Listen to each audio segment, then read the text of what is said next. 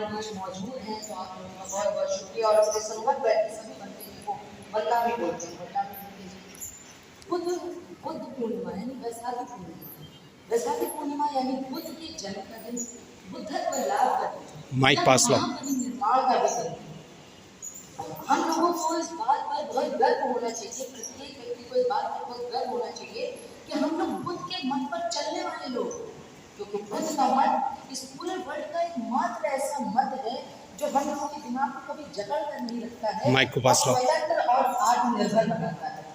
2500 वर्ष पूर्व से लेकर आज तक बुद्ध ने कभी भी मानवीय दिमाग को जकड़ा नहीं और हमेशा अपनी अंतिम सांस तक आत्मनिर्भर और स्वावलंबी बना।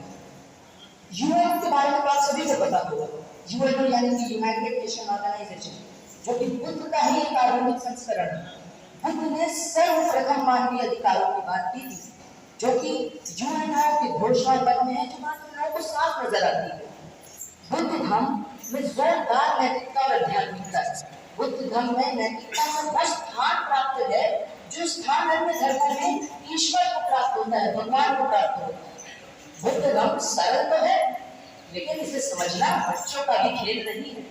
मैं अक्सर लोगों को ये बात कहते हुए सुनता हूँ कि बुद्ध ने क्या नया बताया, यही तो बताया है कि मांस न खाओ और हिंसा न करो, बस इसमें नया क्या बात है। लेकिन बुद्ध का मार्ग यानी कि मध्यम मार्ग यानी बीच का मार्ग, उन्होंने कभी ये नहीं कहा कि आप मांस खा सकते हैं और ये भी नहीं कहा कि आप मांस नहीं खा सकते हैं।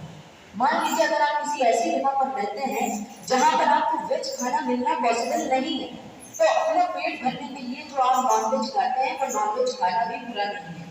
सोचिए अगर बुद्ध ने नॉनवेज खाने से मना करा होता है, तो वो त्रिकोटि परिशुद्धि मांस कंसेप्ट के बारे में हम लोगों को क्या पता है। एक ऐसा कंसेप्ट है जिससे 3 तरीके से भंते जी लोग भी मांस को यानी मीट को कंज्यूम कर सकते हैं। और जहां तक की बात रही हिंसा की, बुद्ध ने ये नहीं कहा कि आप हिंसा नहीं कर सकते। बुद्ध ने ये कहा है कि आप बेवजह हिंसा नहीं कर सकते। बेवजह हिंसा न करने से मेरा ये मतलब है कि अगर कोई आपके ऊपर अटैक करता है तो खुद को डिफेंड करने के लिए आपको उसके ऊपर अटैक करना पड़ेगा। भले ही आपको उसको इंजर्ड करना पड़े या फिर आपको उसे मारना पड़े, उस वक्त आपको हिंसा करनी ही होगी। और अगर आप नहीं करेंगे तो वो अच्छाई नहीं बेवकूफी की कैटेगरी में आ जाएगी। जरा सोच कर देखिए कि कोई भी दूसरा नीति शास्त्र का कल्याण से अपना विश्वव्यापी संदेश दे सकता है? अभी नहीं दे सकता। माइक पास। आधुनिक युग की ऐसी कोई समस्या नहीं है जिसका समाधान हमें हजारों वर्ष पहले बुद्ध के दिए गए उपदेशों में ना मिला हो। और हमारे प्रधानमंत्री श्री नरेंद्र मोदी जी भी विश्व भर के मंचों के माध्यम से यही कहते हुए नजर आते हैं कि बुद्ध का धर्म, बुद्ध के मार्ग से हम लोगों को किसी भी तरीके का किसी भी प्रॉब्लम का सॉल्यूशन मिल सकता है। जरा सोच कर देखिए कि विज्ञान के विकास के नियम के बारे में बुद्ध ने 2500 वर्ष पहले ही बता दिया था, जो कि बात हम लोगों को अभी समझ में आई है। बुद्ध ने 2500 वर्ष पहले हम लोगों को क्लियर कर दी। बुद्ध धर्म कभी भी पार्ट टाइम रास्ता नहीं है, पार्ट टाइम मार्ग नहीं, फुल टाइम यानी कि 30 दिन 12 महीने चलने वाला निरंतर आचरण वाला मार्ग है, कभी बंद नहीं होता। ऐसा नहीं हो सकता कि आप बुद्ध विहार में आए तब तक आपने अच्छी बातें की और केवल अच्छी बातों पर रहे, बुद्ध विहार से बाहर निकलते ही आप ऐसी अपने डेली रूटीन पर आ गए, आपने कोई गंदी हरकत कर दी, तो वो चीज बिल्कुल भी बर्दाश्त नहीं होती है बुद्ध धर्म में। और बुद्ध धर्म का काम सिर्फ और सिर्फ उपदेश देना ही नहीं है, बल्कि सदाचारी बनाना भी है। बुद्ध हमेशा इस बात कहा करते थे कि औषधि कहने से कुछ नहीं होगा, सब कुछ सिर्फ कर्म से होगा। बुद्ध धर्म एक तरह की मिश्री की तरह है। मिश्री को आप जहां से भी जीभ लगा दे वो मीठा ही स्वाद देती है। इसी तरीके से बुद्ध धर्म को आप चाहे जिस भी एंगल से पढ़ लें, देख लें, समझ लें या फिर किसी से भी जानकारी ले, बुद्ध धर्म आपको हर तरीके से मीठा ही स्वाद देगा, यानी कि आपको हर तरीके से अच्छा ही लगेगा। कोई भी लूप हो या मिस्टेक उसमें आपको नजर नहीं आएगी। बुद्ध हमेशा एक बात कहा करते थे, पहले मेरी परीक्षा लो फिर मेरे पर विश्वास करो। अक्सर हम लोगों की यही मेंटालिटी होती है कि कोई हम लोगों से बड़ा उम्र दराज बुजुर्ग या एक्सपीरियंस है तो हमें उससे सलाह लेनी चाहिए कोई भी काम करने से पहले। हो सकता है जिस काम की आप सलाह ले रहे हो उस काम के बारे में उन्हें भी सही से ना बता दो, तो हमेशा सबसे पहले सामने वाले की परीक्षा देनी चाहिए, उसके बाद उस पर विश्वास करना चाहिए। आइए इस बात को एक एग्जाम्पल के माध्यम से समझते हैं। सर आइजैक न्यूटन को तो आप सभी जानते हैं। सर आइजैक न्यूटन ने कई यूजफुल लॉज और थ्योरीज दिए हैं हमें, जैसे लॉ ऑफ ग्रेविटी। लेकिन जो सर आइजैक न्यूटन का प्रकाश का सिद्धांत है वो गलत साबित हुआ। इसका यह अर्थ होता है कि जरूरी नहीं कि जो विद्वान व्यक्ति है वो हर बार सही हो सकता है कि एक दो बार उससे मिस्टेक्स भी हो जाए। 19वीं शताब्दी में जन्मे मार्क्सवाद से कम 2500 साल पहले ही बुद्ध ने कार्य कारण का सिद्धांत दे दिया था। यानी कि कोई भी कार्य करने से पहले उसका कोई भी कारण होता है कि आप वो कार्य क्यों कर रहे हैं, उसका एक पर्टिकुलर कारण होता है। इतनी सारी अच्छी बातें हैं बुद्ध धर्म में, लेकिन फिर भी कभी आपने सोचा है कि इंडिया में ज्यादातर लोग बुद्ध धर्म से, बुद्ध के मार्ग से, बुद्ध के मत से मुंह क्यों मोड़ लेते हैं? उस पर ध्यान क्यों नहीं देते, उसका लाभ नहीं उठा पाते और उसकी रिस्पेक्ट भी नहीं करते? आखिर ऐसा क्यों? इसका जवाब स्वयं बुद्ध ने ही ज्ञान प्राप्त करने के 2-3 दिनों बाद, कुछ दिनों बाद उसका आंसर दे दिया था कि मेरे धर्म और मेरे मार्ग को वो लोग कभी समझ नहीं पाएंगे जो वासना, घृणा, लालच के महासागर में पूरी तरीके से फंसे हुए हैं और उससे बाहर नहीं आना चाहते। इसी चीज पर अल्मा इकबाल साहब, मुझे शायद आपको शायद ही बताने की जरूरत होगी कि वो कौन से धर्म से ताल्लुकात रखते थे। अल्मा इकबाल साहब ने भी बुद्ध से इम्प्रेस होकर, उनकी इंटेलिजेंस से इम्प्रेस होकर, उनके रिस्पेक्ट में उन्होंने एक शेर लिखा था कि सरसार है ब्राह्मण अब तक मैं पिंगार, इस सरसार है ब्राह्मण अब तक मैं पिंगार में, और समाए गौतम जल रही है महफिले अख्तियार में। इसका ये अर्थ है कि जो समाज गौतम है, जो उनकी जो है उनका ज्ञान का दिया है, उनकी जोत है, वो अर्थ है कि जो समाज गौतम है, जो उनकी जो है उनका ज्ञान का दिया है, उनकी जोत है, वो पैरों के महफिल में चल रही है, यानी अदर कंट्रीज में चल रही है जहाँ पर बुद्ध धर्म को पहुँचाया गया है। लेकिन अपनी ही कंट्री में हम लोग उसका लाभ नहीं उठा पा रहे हैं, क्योंकि हम लोग पूरी तरीके से उसी एक रिचुअल में, उसी एक चीज में फंसे हुए हैं जो बात हम लोगों को बता दी गई है, बस हम लोग उसमें ही फंसे रह जाते हैं, अपने ख्यालों में फंसे रह जाते हैं। जिस पर बड़ी खूबसूरती से अल्मा इकबाल साहब एक दूसरा शेर कहते हैं, कौम ने पैगाम गौतम की जरा भी परवाह न की, कि कौम ने पैगाम गौतम की जरा भी परवाह न की, और कद्र पहचानी ना अपनी गहरे इब्दाना की, अश्बार किया उसने जो जिंदगी का राज था, हिंद को लेकिन ख्याली फलसफे पर नाज। और एक ख्याली फलसफे का मतलब है कि उनको अपनी इमेजिनेशन पर नाज था कि हम जो इमेजिन कर रहे हैं वही सच है और वही सही है। अब तक मैंने आपको जो कुछ भी बताया उससे एक बात तो बिल्कुल ही क्लियर हो जाती है कि धर्म एक इंसान के जीने के लिए, एक इंसान के रहने के लिए बहुत इंपॉर्टेंट हो जाता है। बिना धर्म के कोई इंसान नहीं रह सकता, और ये बात बिल्कुल सच है। मार्क्स ने इस बात को कहा था कि कोई भी इंसान बिना धर्म के नहीं रह सकता, और बुद्ध ने एक ऐसा धर्म हम लोगों को दिया जिसमें उन्होंने लॉजिकल थिंकिंग की बात करी, जिसमें उन्होंने ऐसी चीजों की बात करी जो लॉजिकली होते हैं, और उन चीजों को हम लोगों को समझाया। लेकिन फिर भी हम लोगों को क्या फलसफे बनना सीखा।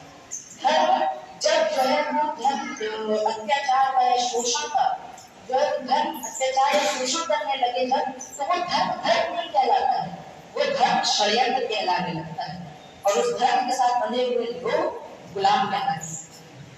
इसी चीज को व्यक्त करते हुए, तरीके से तौर मानते हुए ये कविता है जो श्री कृष्णलाल जी की सामाजिक परिवर्तन, सामाजिक परिवर्तन के प्रणेता, निर्माणकार श्री कृष्णलाल जी की कविता कहते हैं, जिसका नाम है उजालों का सच, जिसमें हम लोगों को एक शोषित वर्ग के व्यक्ति का आक्रोश वो व्यक्ति व्यक्त करता है, अपना आक्रोश एक शोषित वर्ग से है। लेकिन ये कविता किसी भी वर्ग या जाति विशेष के विरुद्ध कोई आक्रोश व्यक्त नहीं करती। ये कविता आक्रोश व्यक्त करती है उस सोच के विरुद्ध जो करुणा, मैत्री, समानता और मानवता पर बिल्कुल भी विश्वास नहीं रखते हैं, उससे मुंह मोड़ देते हैं। तो आइए शुरू करते हैं उनकी ये कविता उजालों का सच। कहते हैं, मेरा घर सनातन है, मैं कहता हूँ नहीं, सनातन है हमारी गरीबी, फटे हाल, शमशान जैसी बस्ती हमारे गांव, जहां आतंक के पर्याय है तुम्हारे पांव। कहते हैं, मेरा घर शाश्वत है, मैं कहता हूँ नहीं, शाश्वत है हमारी वेदनाएं, बेबसी की बेशुमार बातें, जुल्म जो हम पर हुए हैं, अंधेरे जो हमने किए हैं, अपमान के झूठ जो हमने पिए। कहते हैं, मेरा घर सत्य है, मैं कहता हूँ नहीं, सत्य है सनीचरी का संताप या कसू के आंचल मुतिया की दस यादें तपेदिक से बेहाल कलम की फूटती सांसें। वे कहते हैं कि मेरा घर सार्वजनिक है, मैं कहता हूं नहीं, उससे भी ज्यादा सार्वजनिक है अपने बेटे के इनकाउंटर से विक्षिप्त लड़काओं का आक्रोश जिसे गांव के सामंतों ने पुलिस के सहयोग से किया था। कहते हैं मेरा घर मुक्ति पत्र है, मैं कहता हूं नहीं, हमारे लिए अपमान की अंधी गली है जिसमें हमारी असल पीढ़ियां कीड़े मकोड़ों की तरह गुमनामी में बनी।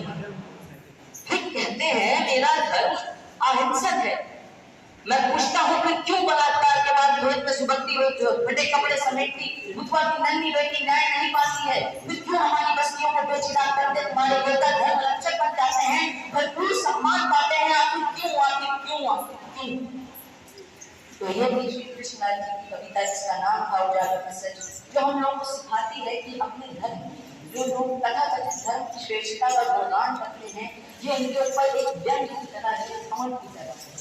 और विदा लेते मैं आप सबसे बस ये कहना चाहता हूँ कि जो यंगस्टर्स हैं, जो युवा हैं, जिनके अभी बच्चे होने वाले हैं या बच्चे आगे होंगे, जिनके बच्चे बहुत छोटे हैं, तो अपने बच्चों में बुद्धिज्म नाम का एक ऐसा एंटीवायरस सॉफ्टवेयर इंस्टॉल कर लीजिए कि जैसे ही कोई पाखंड या ढोंग नाम का वायरस उनके अंदर पनपने की कोशिश करे, वैसे ही वो वायरस उस एंटीवायरस के कारण खत्म हो जाए। Thank you very much.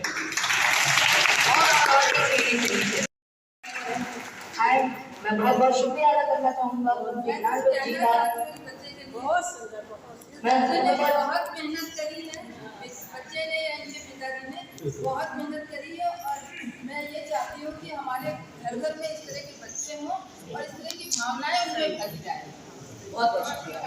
और मैं यहाँ पर मौजूद यादव जी का ऐतिहासिक बहुत बहुत बहुत शुक्रिया अदा करना चाहता हूँ क्योंकि उन्होंने मुझे ये गरिमा में मंच प्रदान किया और आपसे सामने ये बोलने का मुझे अवसर दिया, और आप लोगों का भी बहुत बहुत शुक्रिया, मुझे एंड तक आप लोगों ने अपना पेशेंट की। Thank you so much.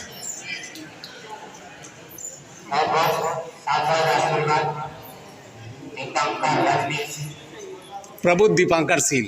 अच्छा जी। ये पिछले साल मेरा इंटरव्यू लेने आए थे, ये यूट्यूब चैनल भी चलाते हैं,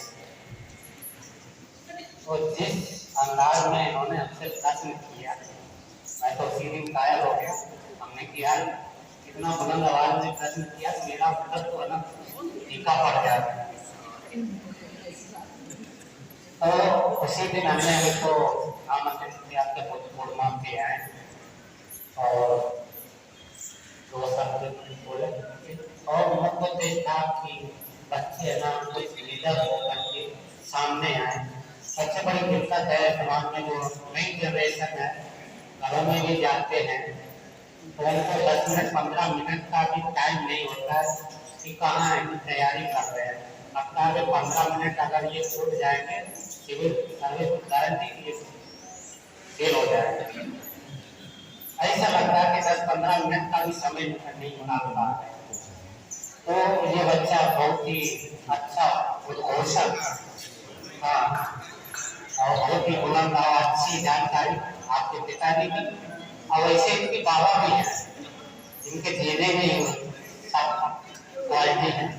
और ये हर साल है ना बुध बिहार में होली के समय में 7-8-10 दिन है ना यहाँ पे बिहार में याद करके रहते हैं, और बहुत ही आपको आशीर्वाद, आप मम्मी हैं, बहुत बहुत आशीर्वाद।